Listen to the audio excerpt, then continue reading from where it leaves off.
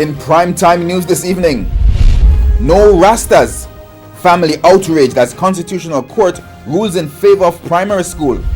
Justice Minister defends decision to withhold prosecutorial powers from Indicom. And PNP dares Prime Minister to call election.